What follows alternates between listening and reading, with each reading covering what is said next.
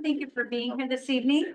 We have two presentations tonight, but we're going to start off with one from our instructional services team, Extraordinaires, around ELA. All right, well, thank you, Dr. Dent and Board of Directors for having us here again tonight. So I'd like to reintroduce the team here for everyone. So next we have Darla Offner. She is our Director of Elementary Curriculum, and then Cassie Mead next to her is our Director of Curriculum for Secondary. And then next is followed by Steve Scholen. He is our Executive Director over Secondary, and then followed at the end by Beth Eichman, our Executive Director for Elementary. So we are here tonight to share information around our English language arts programs across our schools. And what you'll notice tonight is that what we share, a lot of things are really parallel to what you saw last month when we did mathematics, because we approach all of our core curriculum in much the same way. So you'll notice that throughout the presentation. So as we start, we always begin with our district promise to know, value, and support every student, because that's why we are here every single day. And so it's important to always begin with the reminder of what that promise is. So for ELA goals, they're very much the same as mathematics. So what you'll notice up there for goal 1, our goal is that 80% of our third graders will meet the benchmark on the Smarter Balanced Assessment by 2026. And then under goal 3, same exact goal for grades 5 and 8. We want students meeting that 80% benchmark on the Smarter Balanced Assessment by 2026. So equity, this is exactly what you saw last month. We really look at goal 1 of bringing in our earliest learners, regardless of their background. We want all of them to have those experiences so that they're solid as they move up into the upper grades. And then whereas we continue their education with that rigorous curriculum, we want strong instructional strategies happening in every single classroom. Again, this is our list of lots of policies. We have so many under the 2000 series, and this is just a light sampling of the things that directly relate to the work that we do in English language arts. So we have a budget that's dedicated to English language arts. You can see between elementary and secondary, we have roughly $400,000. And this is really a lot of maintenance work that happens year to year under ELA. We do things like purchase new curriculum sets when we have increased classroom set at, say, a third grade level at a building. You'll see under elementary, we have a copy allotment because we used to buy consumables for students, but it's more fiscally responsible just to make some copies. At secondary, teachers we find are using more of those consumables, so we purchase some of those that are used up each year.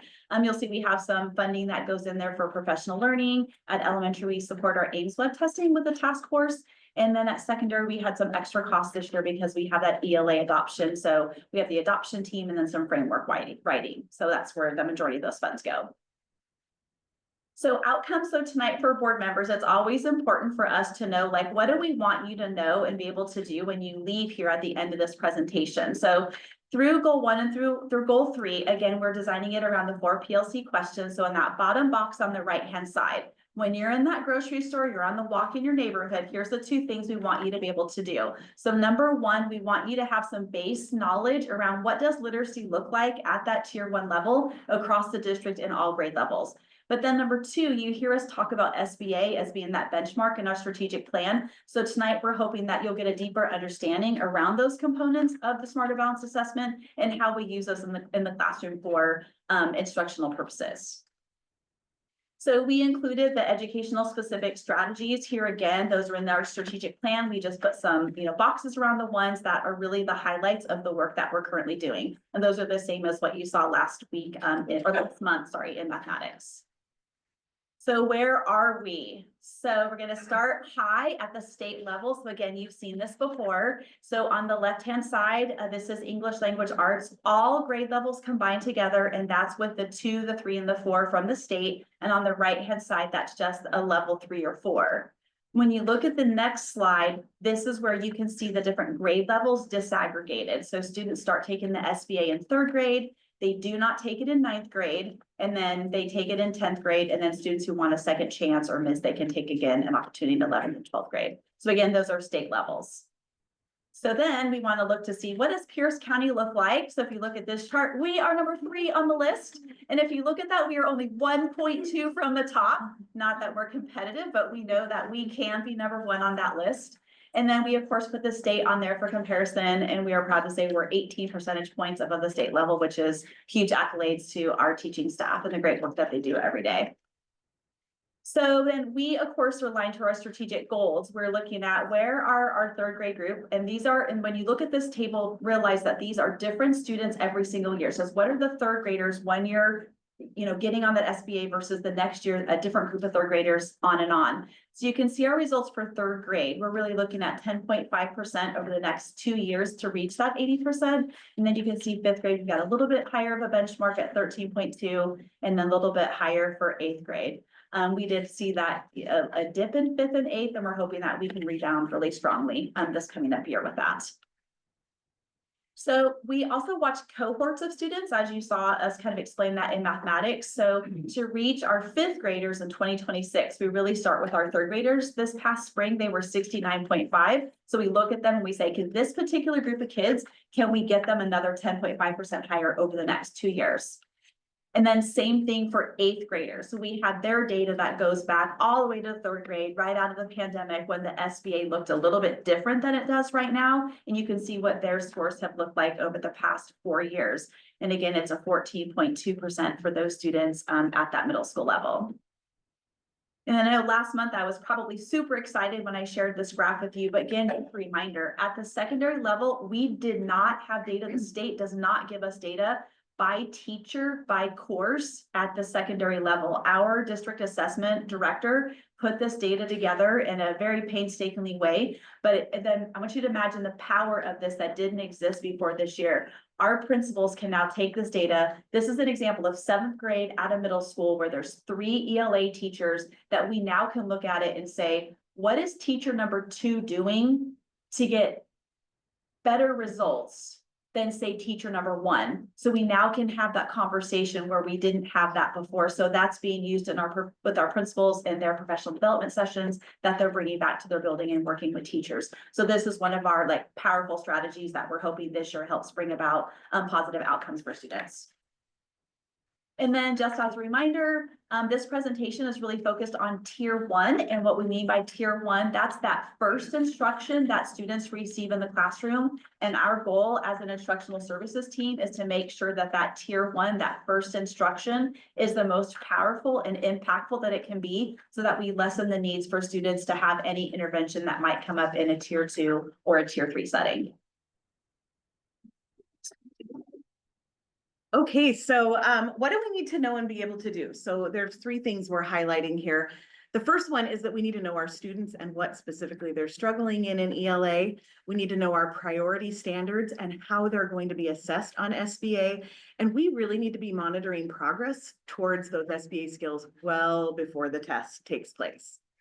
All right, so I shared this graphic with you with math to show you where on the far left is when we look at state reports our score. They always report overall scores, but we really focus in more at the target level, where we are digging into those standards and groups of standards and how students are performing in those specific areas, because it really helps inform instruction. I showed you an example of how we look at target data, how every target is assessed in 2 ways, how proficient were students on this particular target, and was this a strength of the test? Was it about equal with other areas on the test, or was it a weakness? And so this is the data we look at with principals and teachers. So to better understand how SBA is scored, I'm just going to share with you a marble jar analogy. You maybe have seen this before, but this is a great anchor to help us understand how SBA scoring happens. So I want you to think about, so when students answer questions on SBA, there are some questions that are considered easy. So we think of those as small marble questions. Some are moderate, and those are kind of our medium marbles. And then some, as you can see, are difficult, which are worth a large marble. So if we're thinking about filling a marble jar to get students a particular score. So the interesting thing about SBA is that there is a blueprint that determines the distribution of items that are going to be on the assessment, but it is a computer adaptive test. So the way students perform on those questions informs the test of the future questions that they will see. So as you can see, the student on the left answers more. If they answer difficult questions, the computer is going to give them more difficult questions. Thus, those large marbles filling the jar. A student who misses those large marble questions only gets the small marble questions correct. It's going to continue to get those small marble questions. So you can see that student's jar is a little bit lower. Okay, so when we take the marbles from all the claims of SBA, we think of them as each claim, they're earning their marbles and it gets poured into the beaker that gives them their overall score. Okay, so for student A, they answered 30 items correct. And as you can see from the marbles, many of them were difficult. So they had a lot of big marbles filling that beaker, okay? Student B, interestingly enough, also answered 30 questions correct. Student B might feel that they did pretty well. They answered 30 questions correct. However, they were only answering the easy ones. And when a difficult one would come their way, they'd miss it. So the computer would give them another easy one. And therefore their marble jar, their beaker is not as full. So that's kind of an interesting way to look at it. Here's student A and B side by side, showing the difficulty levels of questions that students are given on this assessment. So we're going to do a little activity today. So you have in your bag some different size marbles. I went with safety marbles today in case this is a frustrating activity for you. So if you could quickly open your bag and sort your marbles, you should be able to quickly put them into 3 piles: small, medium, large.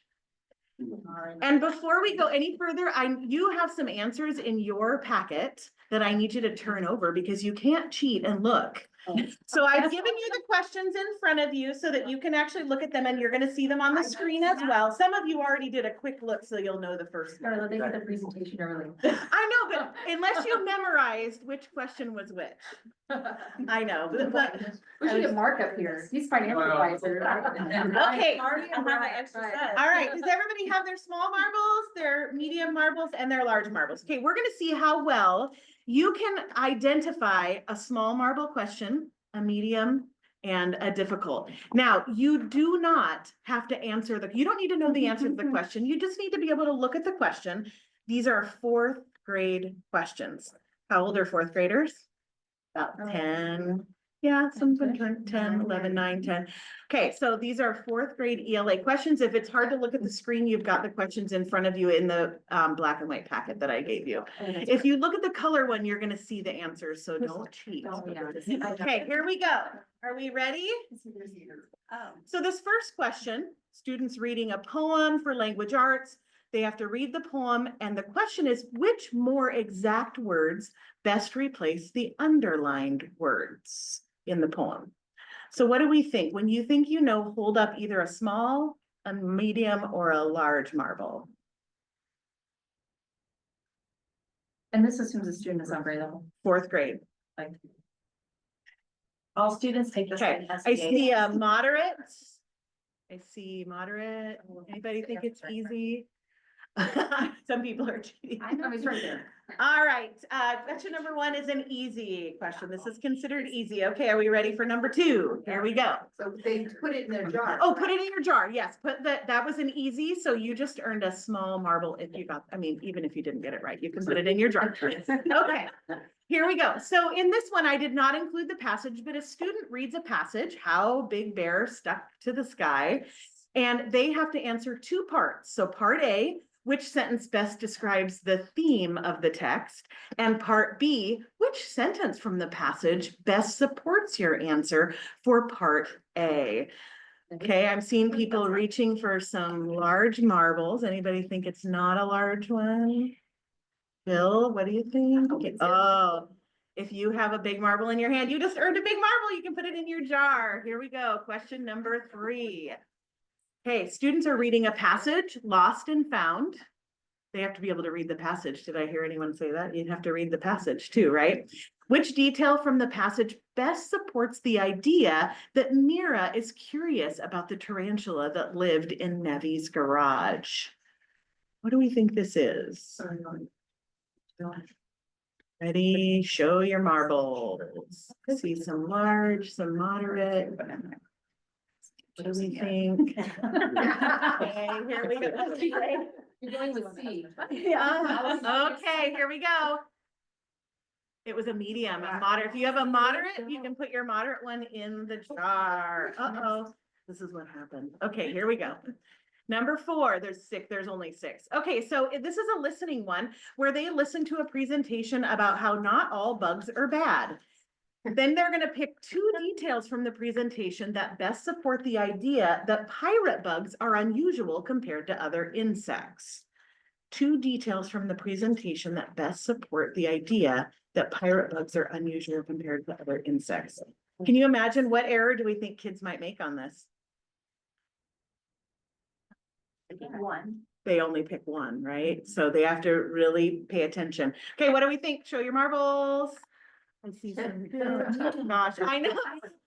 Thanks for playing, Kevin. Okay, here we go. This is actually considered a big marble, so you can put a big marble in your jar. Okay.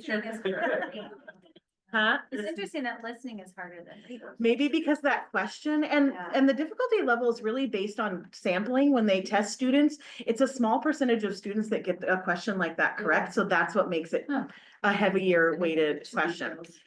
Okay, here is, they learned about a student writing a research report, and the student wants more information for her report. Which website would most likely have more information about the ideas she has written? So she's choosing from a selection of websites. What do we think? Easy, moderate, difficult? Okay. They're probably better than I am on 13 days. Okay, here we go. It's a medium, it's a moderate question. Okay, last one, here we go. This is an editing. Read the sentence and the question that follows. My aunt was hungry and wanted to eat before the movie, but the rest of the family wanted to see the movie before dinner. What is the best way to correct the error in the sentence? So they're picking which one is the best way to correct the error in the sentence. Oh, that's Well, that my makes age it level. easy for Tom. Personally, that's. All right. Okay, here we go. It is. It's an Oh. easy. That was a small one. Okay, well, thank you for playing along with that. So why is it important? Why is it important that we understand this analogy of marbles? Okay, so this presentation actually, it's for principals, it's for teachers, and we have a version for students. So it's important for our students to understand that questions are going to be weighted differently. If our students think, gosh, if I just guess on the hard ones, I get these easier ones. So it's important that our students learn that perseverance and that they also, that our teachers are able to see how our standards are going to be measured on SBA and that students have multiple opportunities. Yes, Can go I, ahead. quick question? Yeah. And this is about the test and I'm just naive about it. Can they choose to skip questions and only select and only go to the easy ones? Yeah, good Or question. do they still have to go through a test all in order and give them, do that? And can they keep going and perhaps somebody answers 30, but somebody else answers 50? So the questions do vary. Some students get a different number of questions based on how they perform, but your question is a great question. Students can't skip, they can flag it and come back to it, but they could think about how much thought they put into a question. Like they might just say, oh, I'm gonna just guess and go on this one and then really spend time. So it's important for kids to understand that some questions require more thinking and that they're gonna earn big marbles. I've been in classrooms where teachers say, guys, this is a big marble question. I need your thinking right now in their regular lessons. So it's important that our teachers know it, that our students know it, and that they have lots of exposure, both low stakes as like instructional team tasks, Jeopardy style, access to these, as well as being able to take some practice type situations. So that's why I'm sharing this with you and that we share this with teachers and students as well. The last thing that we had talked about was how we need to be measuring progress towards SBA, not just in June when we get our data back. So one of the ways we do that is we're assessing students through our benchmark testing in elementary, that's AIMSweb, where we're looking closely to see what do students have to do on AIMSweb assessments so that it's comparable to how students perform on SBA. So we're constantly looking at that so that AIMSweb can become a bit of a predictor so that we can kind of see which students are on track. So this is just an example of how we do that in elementary. And this is an example of how middle school does this with their map data. They're really looking carefully. We want to have some predictors in place and not just find out how students are performing in June when we get our results back. Okay, thanks, Darla. Now, we're gonna talk about how we are going to get there. And as Darla just took a deep dive into the SBA and how to break that apart and how to help students be successful in that, we're gonna look at, again, like we did with mathematics, maybe if I can get this to work, here we go. We're gonna look at Elmore's instructional core, which we looked at last time, so it should look familiar to it. We're just gonna look at it through an ELA lens. So we're going to start with content and how do we maintain academically challenging content, right? And we are doing that with our core curriculum right now. We currently use CKLA, Core Knowledge Language Arts, in elementary. And at the secondary level in both middle and high school, we're using HMH collections. We also have at the secondary level AP curriculum at Bonnie Lake High School and a couple of courses at Sumner High School, and then the IB curriculum at Sumner High School. With that core, that content, as Darla just told us, SBA is really important, right? And it's made up of the standards that she talked to you about. And so all of our work in our content areas in our curriculum are driven by, our frameworks are driven by ELA standards. It's the first look. It's what we need kids to know and be able to do. That's the primary. And we do that. Here's an example of a 6th grade piece of a framework and you can see it's driven by the ELA standards. And then here's one for 1st grade, again, driven by ELA standards. It's a primary way we ensure that our students are being provided the challenging content. With that said, we are at an exciting time for our district because we are just, as you know, as you're reviewing, we are looking at adopting both middle and high school new ELA curriculum. And I just wanted to highlight a few things for you because this is a big opportunity for our district. And a couple of pieces, I know you've read this, but that I wanted to share is that in our process, we have used teachers, administrators, students, and parents as part of this 1.5-year process. We received feedback from over 2,000 students and 32 teachers. And I think the teachers number is actually really higher than that. And one thing as a leader of this that I'm most proud of is the way our district uses our stakeholders in this really important work. So I'm very grateful for that. We're also excited about an elementary ELA adoption coming in 2027 and 28. So just wanted you to know that about our curriculum adoption and then what we did with that work. And so I wanted to also share with you, this is the secondary ELA curriculum team vision statement. It's really important to our team. We looked at goal 5 and what do we want, and the profile of a graduate. We really wanted to create this through line. What do we want kids to know and be able to do as ELA students as they exit our schools? And this is what they came up with. It was with this and then a whole bunch of other work and the feedback of the students and teachers on what is it that we're going to look for in a new curriculum. We've landed on 2 different curriculums this year. We didn't restrict middle and high school to be the same. We feel that through our framework writing that we can vertically align it 6th through 12th grade. And there were a couple of problems with keeping it 6th through 12th grade with one curriculum. So middle school's recommendation to you is my perspectives and the high school recommendation is study sync. I wanted to share with you, because I have the opportunity here, a couple of quotes from teachers that wanted to give, they had an exit slip and it said, what would you want to tell the school board about your selection? And so what they said is that the new curriculum that they have recommended to you has a variety of voices and authors. They have more contemporary and high interest selections. They have a strong scaffolding to meet the needs of all learners. The writing and unit tasks require complex thinking. They contain culturally responsive materials and representation of more cultures within the text. And that's really exciting. I think it's going to meet the needs of our students because I'm going to share a couple of pieces of feedback from students in just a second.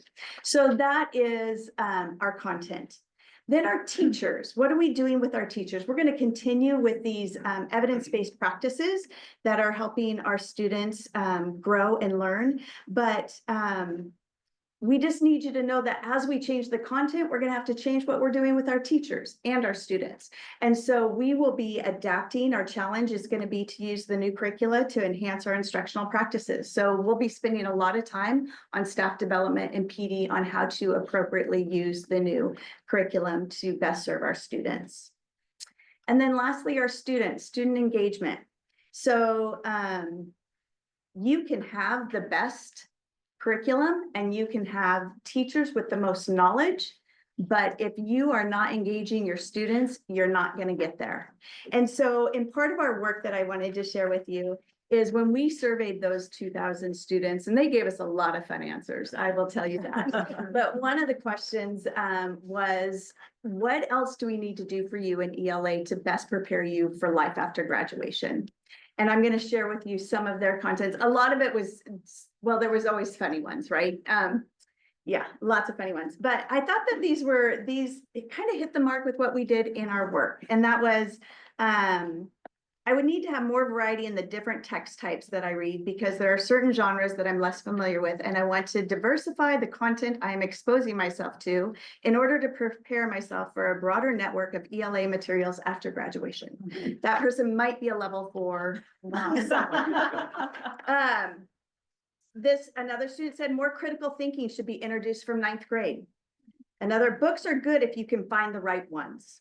And then I would like to see people like me in the stories I read, and I'd like them to be inspiring. That was a big thing that came out was, we call it windows and mirrors, but about kids seeing themselves. But the kids were like, but I want to see it in a positive light. I want to see, success. And so I share those with you because we know that what we need to engage student is we need to ask them, what do you need? And so I think that gave our group a lot of momentum to find what they were looking for. And then, as you know, like I said, if you move one of those pieces in the triangle, you have to move the other two. So we're going to be doing a lot of juggling in our new ELA adoption and the work that's coming forward. And we look forward to continued student improvement in K through 12 ELA by remaining focused on Elmore's instructional core. All right. As Cassie said, one of the things we work hard to do is engage our stakeholders. And so parent involvement is a critical element of this. And as Cassie said, I mean, the curriculum adoption committees and others that you see listed here, but a couple highlights I'd like to make that stand apart from what you heard in the math presentation last week. We've got the book vending machines. We've had, lots of very generous parents in our schools who have made those available to our schools, as well as the oh gosh, what was it? The Imagination Library. Oh, yeah. And for eligible students, this is a program that makes books available for students prior to entering kindergarten. Oh, pardon me. As always, we've got to consider how are we going to monitor and adjust based on the learning outcomes that we see. You saw this when we did the math presentation. We continue to follow the Plan, Do, Study, Act protocol. And from the identification of the priority standards, those creation of the frameworks, the analysis of the curriculum, and then looking at the achievement results, we respond to the needs. So all of this work continues to guide our process in ELA as well. Oh, is this where I have to keep clicking, Roger? There you go. All right, here we go. Okay, we're just gonna get this all up there. Here we go. All right. All right, so engaging with teachers and administrators in our work is critical with the selection of curriculum, the development of the frameworks, and the assessment systems. So, but I wanted to highlight a few things from both the elementary and the secondary perspectives. On the elementary level, we're happy to say we've got for students that are achieving at high levels, high cap, self-contained, and cluster programs happening across the district. As well as for students who are struggling academically, we've got our intervention, the WIN time for intervention. At the secondary level, we've got honors classes, we've got APIB at the high schools, as well as many of you observed last year, the Read 180 for our students that are struggling with reading at secondary. a specific highlight that, for ELA is last year, we did some work to refine our academic acceleration, work that we do in the district. And so with our eighth graders, based on how they did on their seventh grade ELA, we last year, and we'll continue this going forward, but we sent out to all of our families and notified all of our students that if they scored a level 4 on their seventh grade ELA assessment, they were going to be automatically accelerated into pre-AP or honors English when they go into ninth grade. And literally, this is hundreds of eighth graders that are receiving this. And out of all of those students, 6 families actually said, declined that opportunity, totally understandable. But we're excited by this opportunity that we're supporting students without any barriers and of course, seeking the family's input as well. Here we go. All right, so as we move forward, we're continuing to look at how we respond to student performance on the seventh grade SBA, knowing that the students earning a level 4 are going to automatically be accelerated. But we want to look at what are we doing while they're still in the middle school? Are we placing these same students in an honors class in 8th grade, knowing that they're going to go into high school honors? How are we working with the families to make sure that they understand kind of where their students are achieving now and the opportunities that are coming down the road? And then also, as we make this adjustment, how are we supporting those honors and pre-AP classes at the high schools so that we're getting the greatest success for our students? As one thing that has been happening is for the last few years, we've been focusing on our assessment system and how we're maintaining data from students going from elementary to middle to high school. And our principals have been a real important part of this work to ensure that what we're giving them is in a format that they're going to use and it's in a timely manner. All right, so what are some opportunities for our improvement?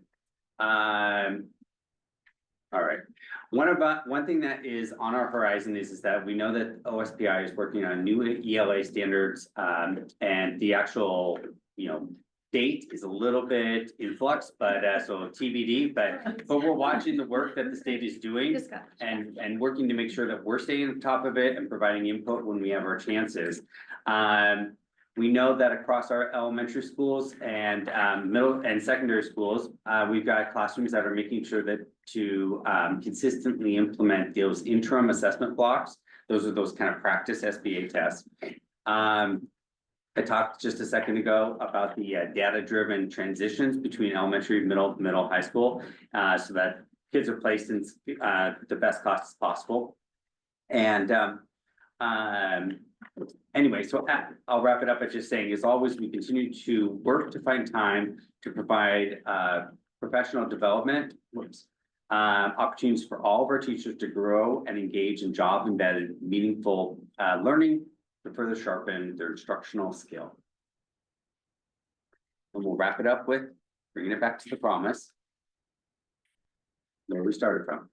All right. Thank you. That's it. Nothing from Beth tonight? Questions? Okay. Oh. Perfect. She passed out all the things. She did a lovely job handing on the food. Thank you. Very efficient. Any questions from the board? I have one. I so wanted to be able to come to this one and say, I had a couple of questions. But, so, first of all, a great presentation and a ton of work, right? My applause for the classroom teachers who are teaching everybody, but learning on the fly and doing all that, their involvement. I thought as a classroom teacher, one of the most difficult things I had is, so what do we do with the kids who get it? We have so much focus on the ones who don't get it and all the interventions. But, and I heard what Steve says, we're trying to move kids up into, a higher level, especially as we move into the secondary. But whether it's in the secondary or predominantly, I'm thinking about the elementary, what do I do with that kid that just gets it? And I have a whole class or a whole group over here that doesn't get it. What do we do for them? Well, hopefully there isn't a whole class that doesn't get it, but through core instruction that usually we shoot for 80%. Sure. But there are always gonna be some students who are ready to be accelerated. And so by having the win time every day, that's not just for students who need additional support. It's for students who need challenge. It's for students who need to go further with grade level standards. And so we really are working with our teachers to better understand not just having kids working independently that are on and above grade level, but how do we strategically select activities that are relevant to their learning styles and their learning needs without just introducing all new content to a handful of students. And so it is certainly an area, Bill, that if I was just talking with our team about it today, like really trying to streamline. Some schools do it really well, and other schools are focusing a lot on those students who need additional support, and there is more independent work. So it is an area that we want to work on. I think too, at the secondary, in the curriculums that we've been looking at, there is a lot more direction for teachers for when students are getting it. It's giving them more recommendations. I mean, it's just as it's evolved over time. And then even there's a variety of different stories that a teacher can choose based on Lexile scores. So that you're teaching the same skills, but you might say, okay, Steve, you're gonna read this story, Cash, you're gonna read this story, and it's based on our reading level. And so they've come a long way, just even in the last 8 years since we adopted our curriculum last time, on adjusting some of those options for teachers just in the regular gen ed who's got some people that are accelerating or needing extra, some, texts that are lower Lexile scores as well. So they feel like they're part of it. And just real quick, I'll just add with regards to frameworks, the extensions that we put into frameworks. Yeah, absolutely. Also to work with the differentiation. I mean, it is not just right within the win time, but within any kind of lesson, especially in the elementary school.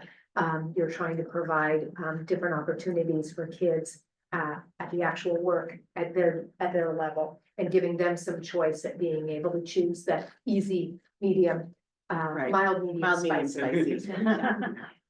Thank you very much. I had an observation about the testing, scoring of 4 to make you eligible. I mean, as we were going through with our daughters and planning out high school and looking towards what courses they're going to take to keep on track, keep accelerating. That's pretty cool. Yeah. You can now have that opportunity. I think that must have been really good out of the box thinking on the team's part to find ways to accelerate them before they get to high school and have them be able to jump ahead on classes.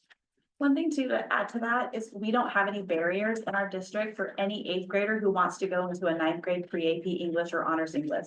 Every single student, regardless of their middle school experience, can schedule, they can opt into that class. So every one of them, which makes us so different than other schools where students have to receive certain scores, our academic acceleration is we're purposely scheduling some students who might not do it based on, many different factors. But yeah, that's something that we also just be really proud of, that there's no gates, no barriers, no scores for a student to self-select. And then the academic acceleration, we're automatically enrolling them We in. did go back after 8th grade, just to go through their data in 8th grade, just to make sure we didn't miss some kids, because it was off at the 7th, and then sent that data on to the high schools as well. And I think what that does, that's an important part, what that does for us is it gives kids who may not have parent advocates Yeah. pushing them. Yeah. It just automatically puts them there, which they should be there, because as a prior principal and you're looking at your IB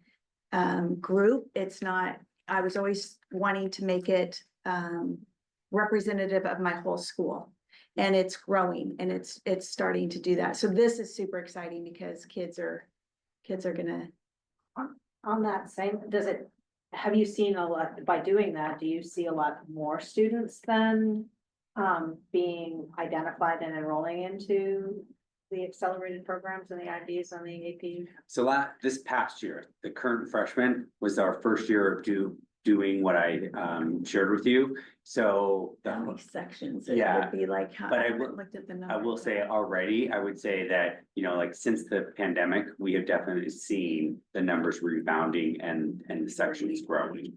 Yeah, I just wonder Yeah. then, does that change your staffing of Yeah. how you have to do, staffing for classes and things to that? Mhm. Well, I think as we grow our CTE, if you can accelerate these kids sooner into these classes that they're required to take, frees them up in their junior and senior year to take more options across the board that are, have to do a CTE. It just makes that more of an opportunity.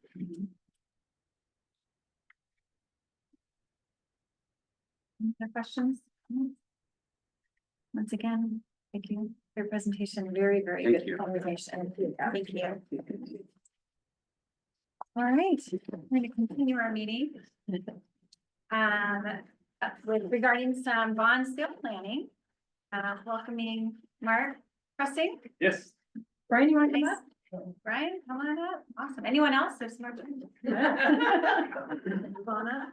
Okay, so while Mark's getting settled, I want to point out something because, so right now, sit down, yeah, this isn't gonna hurt, right?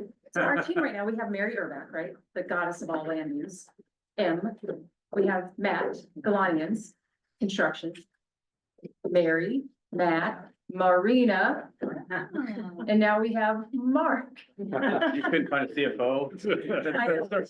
You just ruined the whole sequence, although Lee is our bond counsel and Lori, yeah, so we got the same amount. So Brian, we're like the outlier right now. All right. Except Bang was, now you're B, so B fixed, right? So B's are the CFO. But we are so lucky, well, we're lucky to have both of these gentlemen.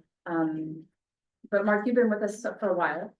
And you're gonna get to know Mark even better, because what's exciting right now is that if you didn't know, we passed a bond. A big old bond, right? Largest in the history of the state. And Marina and Matt are ready to start building, but they need some money. And in order to get the money, Mark's gonna help us get the money with Brian. Brian's gonna help us make sure that we manage it well and it's properly all accounted for. We're gonna have committees that give it an extra layer of transparency. But Mark is, thank you. You really work Well, for thanks for being here. ESD, Yep. but we contract with you, so teach us about bond sales. Okay, well, thank you, members of the board, Dr. Dent. It's really a pleasure to be here. And this is the fun part, right? The hard part is getting the bond measure passed.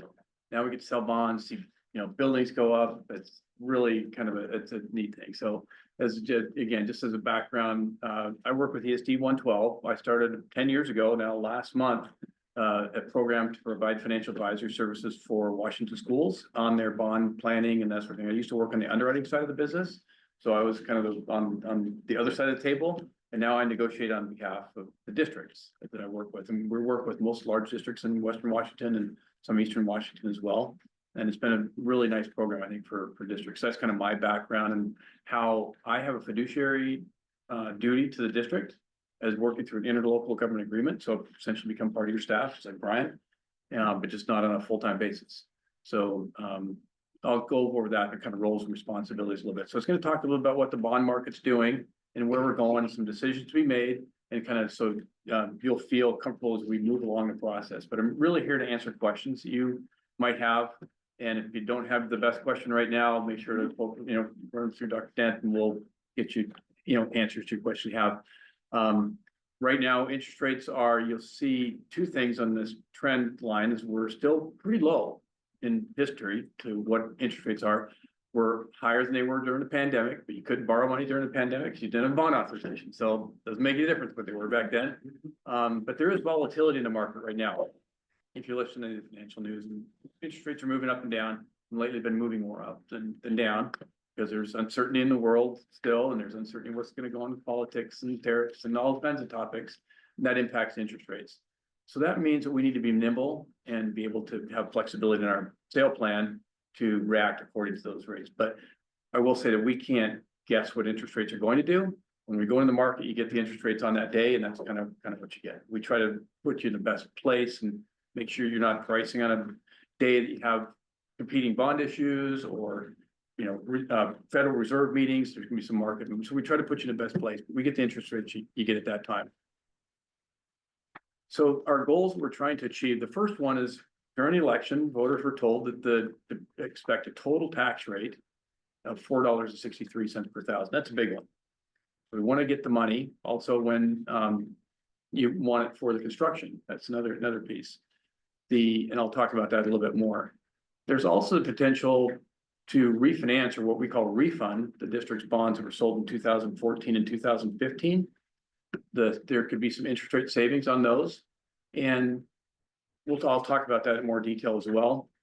This is the first time you have an opportunity to refinance those under kind of the way bonds work.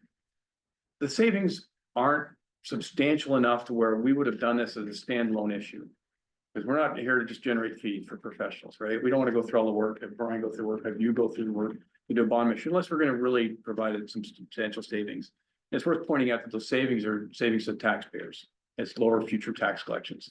But if we're selling new bonds already, and we can put them in there, and not add a bunch of additional costs and generate a couple $100,000 with savings, well, that's worth doing. So it doesn't take much more effort. So it's worth throwing this. So we're gonna be looking at that.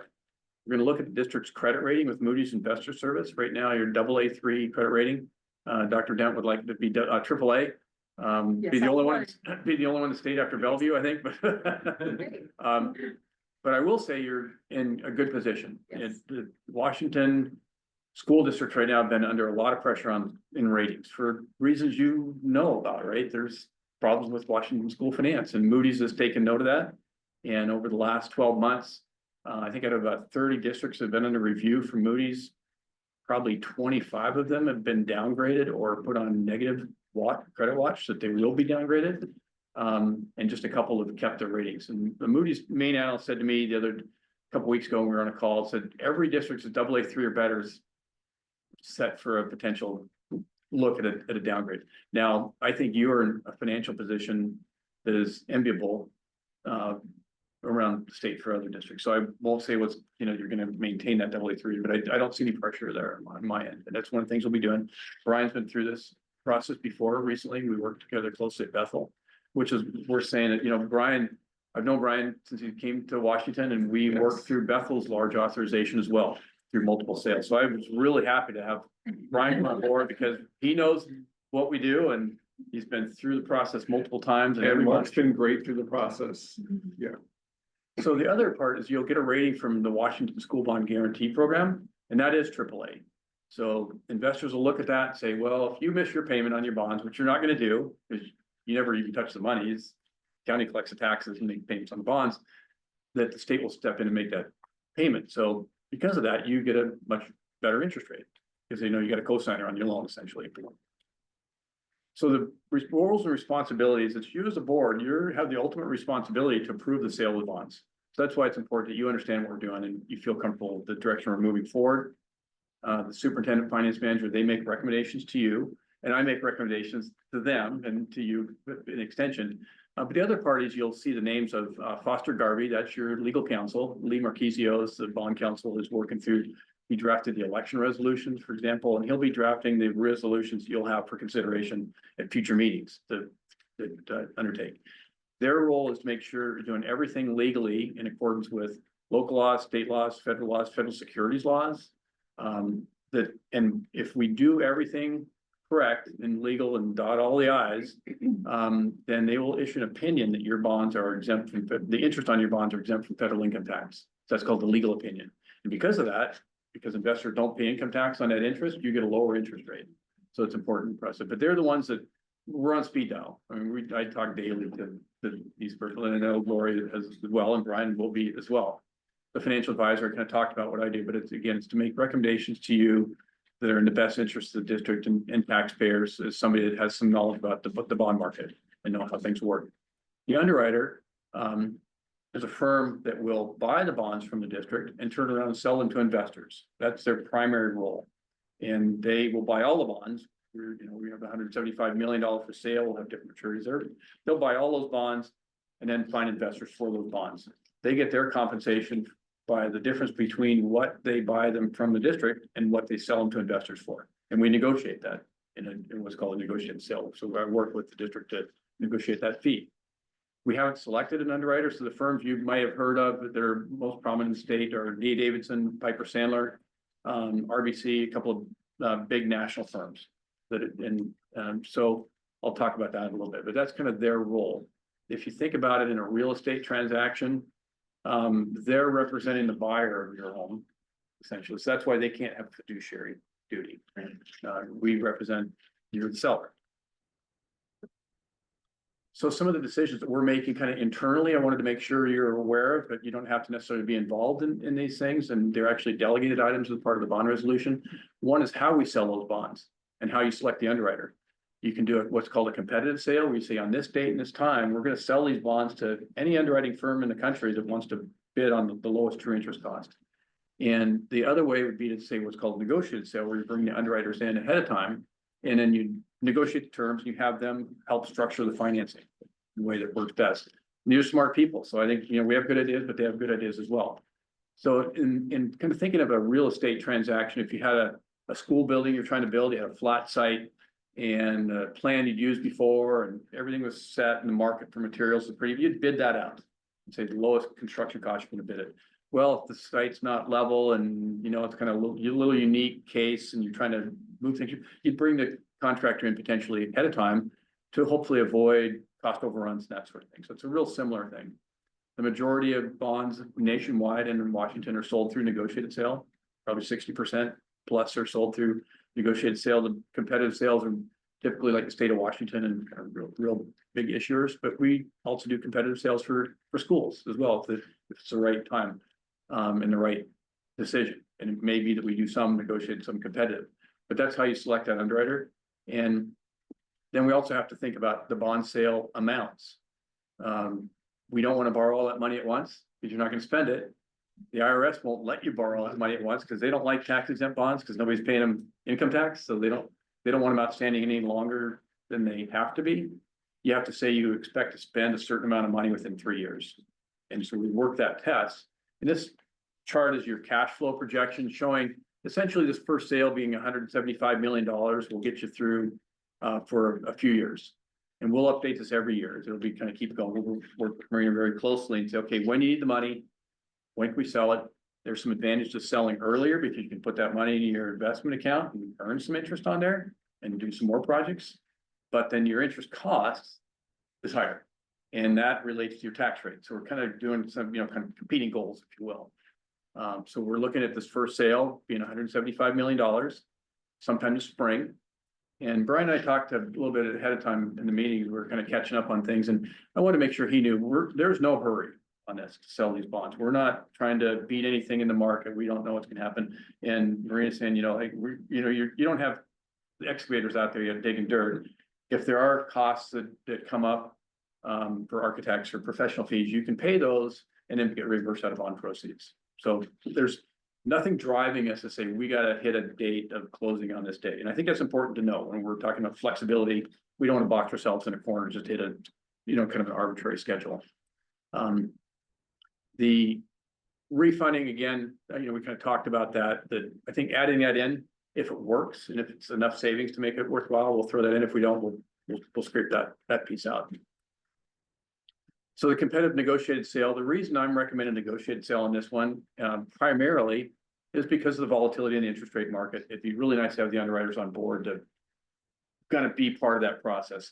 We go do a competitive sale, you're going to sell it on that day. It's hard to move back from that, and we don't like what's going on that day. Then you really kind of get what you did with the negotiated sale. We can move day to day if we need to. The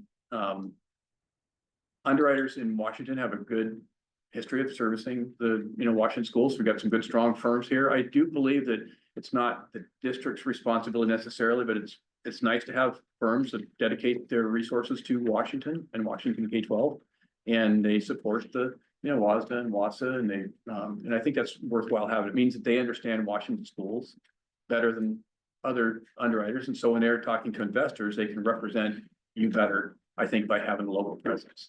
So we're thinking what we do is we will issue a short RFP to major firms that do Washington schools, and we'll have them present their credentials, propose fees, and then we'll evaluate that and then make a selection. And we will likely on this one, what I would recommend is we have multiple underwriters.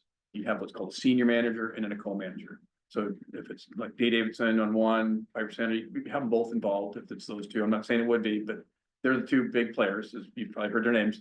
And maybe it changes from issue to issue. You have one senior and one senior there, and see how they do. And that gives kind of ability to kind of gauge how they're performing going forward. And maybe do a competitive sale. If we think that, okay, that that would probably be fine for this district. So that's what we'll be doing behind the scenes. But the selection of the underwriter is actually part of, in the resolutions you'll be considering, one's called the bond resolution. It's called a delegating bond resolution. So you're delegating to the administrative team and us to finalize bond sale if we can meet certain parameters, maximum interest rate, maximum term. We kind of box it in. So we're not just, you're not giving the administrative team, kind of a blank slate to just go do this. It has to meet certain parameters, like the refunding, we'd have a minimum savings target. If we can't do that, we're not doing it. If we can't meet those parameters, we'd come back to you and explain what we've changed and we'll do it. So the underwriter selection is one of those delegated items. It allows the administrative team to make that selection based on what they think and what we evaluate would be in the best interest of the district. But I want to make sure that have some background and well, how do we choose these guys, right? And the guys say guys, but it's, these firms. And it would be through a process that we're going to make sure that we're, kind of doing our due diligence, especially with the first sale of a large authorization. Put them through the paces a little bit, I suppose, would be the best way to put it. So the refunding bonds in 2014-15, right now we'd think of net of all the additional costs of doing it, it'd be about $280,000. So that's a 1.1%. We're saying if that isn't at least 1%, that we wouldn't do it. It's right there, whether we'd do it or not. And it's hard to say. And if we get, and this was a couple weeks ago, interest rates have risen since then. So it'll be a hit and miss whether we do it. But again, it's pretty straightforward. I think by having a minimum savings target, either we do it or do well, we're gonna be selling the other bonds one way or another. But I would argue that $280,000 is real money that helps offset the cost of issuance for the new bonds. And if we can do it, there's no reason not to. So again, what we're trying to look at for tax rates, got to make some assumptions on things, going forward, but these are the same assumptions we were using during the bond planning. And this graph would show what your tax rates would look like after all of the bonds are sold. And so get up that 463, kind of stay level. Now, these are very conservative. We're using 4% growth in the district's assessed value. And we talk about tax rates, it's the amount you're levying in dollars divided by the assessed value of the district, and that comes up with the rate. My expectation is what will happen is that rate will move down over time as the assessed value grows more than 4%. And so it'll kind of just generally decline. That's what happened at Bethel. We end up way below what they were told in tax rate. But it's important that we don't want to have the tax bills going up. That was really the main thing. Is, look, we don't want to have the tax bills growing exponentially each year because of these bonds. That's what we're really trying to achieve. So if the value of your home goes up 10% instead of 4%, the tax rate would go down and the bill should stay, approximately the same. That's really kind of the long-term goal to meet that commitment. But we're well within our, we're just starting this and it's going to be a 5-6 year process of selling these bonds. And what we'll be doing, it's probably worth mentioning, it's a little bit of a reverse process, but every year we're setting the budget for the debt service fund in the springtime, like we normally do, and prove it in June. We'll be looking again, take another look at in October and in the fall before certification. Say, is there any reason to change that? Did the bond sale plan change? Because we can change that levy in the debt service fund right up to November. And well, maybe we're gonna sell bonds sooner than we thought.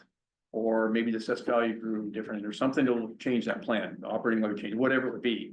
So you'll see not just during the budget, you'll see us kind of talking about debt service fund budget in the fall as well. And that's not to be construed as if we didn't think about it in the spring, but we don't have all the information in spring that we have in November. And so we'll be kind of looking at that every fall as well. So our preliminary thinking is, we're talking tonight kind of about what the plan would be. By February 12th, we'd have an introduction of the resolutions, and there are 2 resolutions to be prepared by your bond counsel. One would be that bond resolution, as I said, about a 30-page document, sets all the terms and conditions. It's really your contract with investors. And so what that amounts to, it obligates the district to do a number of things. 1, make payments on the bonds. 2, comply with ongoing IRS reporting and requirements and data stuff, and all of which Brian's really familiar with. And we make sure that those get done. But then most importantly, it delegates the authorization to complete the sale. I mean, those parameters. The second one is the school bond guarantee resolution. That just authorizes the district to, actually, you won't have that in this one. I want to take that back because that was already authorized as part of the election resolution. So we already have the authority to apply for the school bond guarantee. And so that'll be introduced in February 12th. And with the idea of taking your consideration. I don't want to say approval, but consideration of the resolution, February 19th, and we will then move forward with the rating call. And try to get the money kind of mid-May timeframe, but again, there's no hard and set date. Right now, we're thinking April 22nd potentially. But with Brian coming on board, I want to make sure that we're, the biggest lift on all this is what's called the preliminary official statements, offering document that tells everything about the district, big document. And it requires information coming from the district. So, we'll give them, a week to get in place. Then we'll, It's only his third No day. pressure. so- yeah, yeah. But I'm comfortable with the fact he knows what we're doing. So he knows what we're looking for. We have a list of, but it might take him a little bit to push toward that's stuck away there, I suppose. Anyway, so I'm real excited about this. I think we're in good position to execute now and let the voters approved. And this is gonna be a really, I think bonds are fun, you can probably tell like I talked about it. And I hope you'll find them interesting and fun. And this really is, I mentioned when we did the celebration night. I've been, worked with a lot of districts, a lot of communities that have these things going on. It's something you'll be proud of the rest of your career. Anytime you drive through here, if you don't even live here anymore, you see the thing. You've had a lot of impact on kids, and that's the most important thing, of course, because that's why we're doing this. But looking at that nice building and seeing how that improves the quality of life in the community, it's a pretty neat thing. Again, I'm really here to answer questions. All I was doing is talking. We're in good hands, trust me. We're in really good hands. Seems fairly straightforward. I do like the addition of being able to kind of refinance some stuff since we have this opportunity to fold that in. It's smart. When, just curious now, I'm saying, when we refund, if we were to refinance or have a refund, does that lower the taxes or go back to the taxpayer in a sense of, because we now have more money that we can use before we have to ask them for more money, or how does that? What we'll do is lower the payments on the existing bonds. Okay, So you collect taxes to make those payments, payment, so it'd lower the future tax collection. okay. Okay, But it is taxpayer savings, and that's why it's like, if you can do it, Yeah. it never hurt to say you're trying to be fiscally responsible and. Absolutely. 280,000 for, if we're looking at millions, okay, they're not gonna notice that in their tax bill or even their tax rate. Right. But still, But there's little savings. yeah, yeah, and I think it's still, even if it doesn't make a big dent in someone's tax payments, it still feels like the right thing to do, I think, especially if it's just there to be had. I mean, it's, again, it's not like we're doing a separate, all the Right. work for, we just wouldn't do it, honestly, Right, for the amount of, work it takes to do it for that savings would probably not pay off. it's kind of a good faith thing. That Mhm, we can exactly. roll it into it. So Mark, let's recap.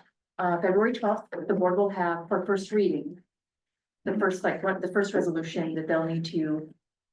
That they'll be asked to take action on at the board meeting February 19th. Right. Will you present that to the board or will? That would be the legal counsel. Okay, And so I haven't talked to Lee. If he would be here, you can talk to him if you'd like him to Okay. have Lee here for that. If he can't make it, I can describe to what, if it is kind of just what I said, it's the contract between you and investors, but it is a 30-page document and obligates the district to do a lot of things. We will have a lot of input into that. We already have. We've already looked at the draft resolution and we do enough. From our perspective, very straightforward on this because it's not what we'd consider a super complicated transaction because it's, property taxes coming in.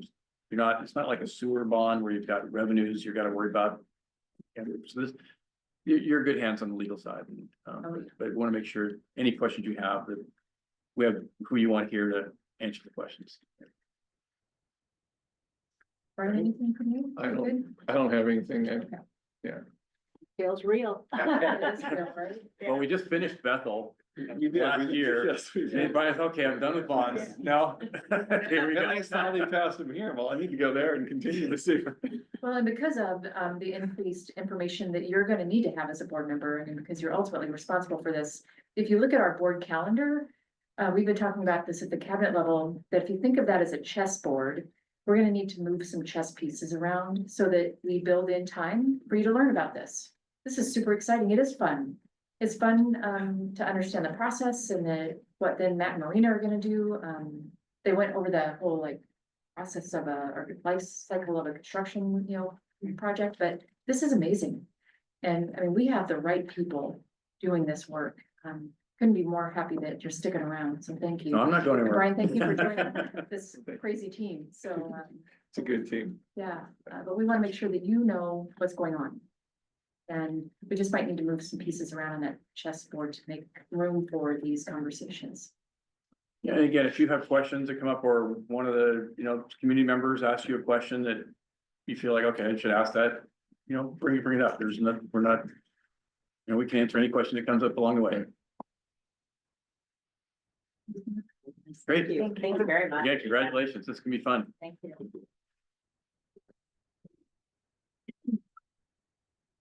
Board discussion? Yeah, a couple of things just to mention, I think kind of jumping off of that presentation. I'm assuming now that we have a bond schedule, that we will start to see a construction of project schedule at some point. So what I'm saying was now that we have a bond schedule, Yeah. you can now produce a project schedule as my assumption. Which we're developing now, and it integrates the bond sales and the cash flow with the construction. So ultimately, we're planning to have one document that lays that all out for the entire bond. Is that like a February, March, we'll see that, or when do you kind of? I have the That- first draft done, Too much and Matt is working through his email, so I don't know if he's actually seen it or not. And, we're also working with some architect teams, and we'll need to get a little more clarity on what their projected schedule is to compare it to ours. So we're close. I would hope by February we'd have it pretty solid. Yeah, like our first bond oversight committee meeting is in March, so I mean, definitely by then, so that we can share it with the. Absolutely. With the oversight committee. And it'll be, I mean, I won't say that it is kind of a living document, obviously, and see some fluctuation and things, but it'll certainly be part of that process with bond oversight and board reporting. Other thing I had was kind of jumping off the earlier presentation about we had about ELE and ELA and talking about something that kind of has been on my mind is the opportunities for high school students who needed more of a challenge, but maybe IB or AP is not for them. Or running START isn't an option because either they don't have a car or they don't have the means to do it, or they're more into ASB or things like that. And what are some of the other opportunities that we could be looking out to the future? Is it college and high school? Is it things like that that I just want to start to spark that conversation?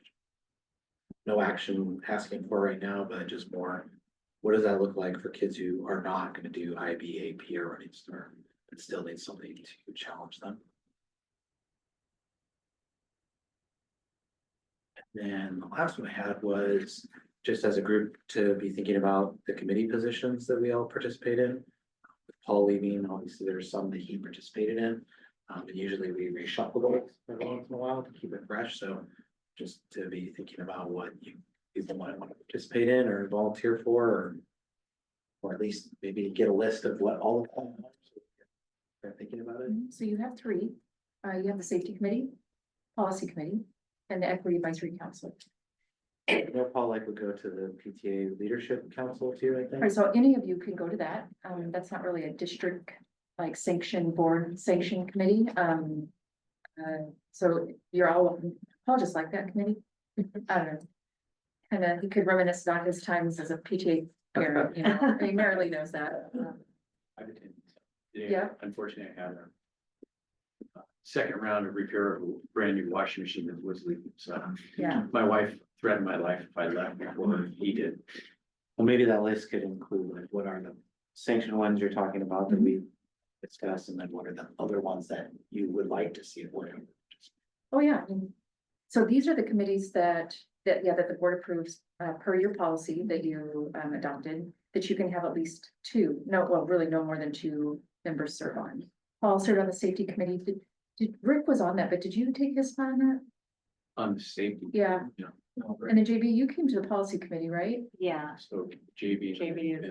And then equity advisory council has been both of you, Been us too, but it could be, right. And you could even like, you don't have to have set, it's really how you want to organize all of that. Do you want set people? Do you just want to make sure two people attend? So.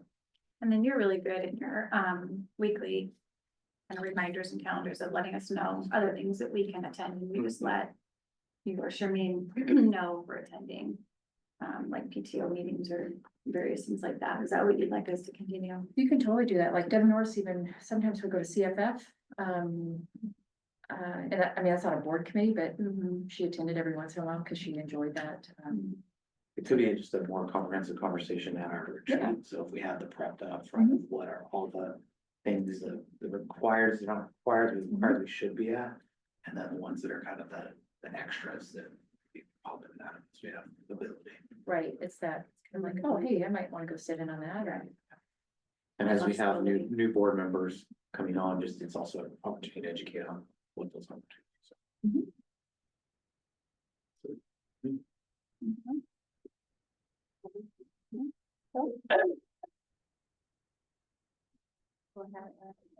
Have a wonderful night.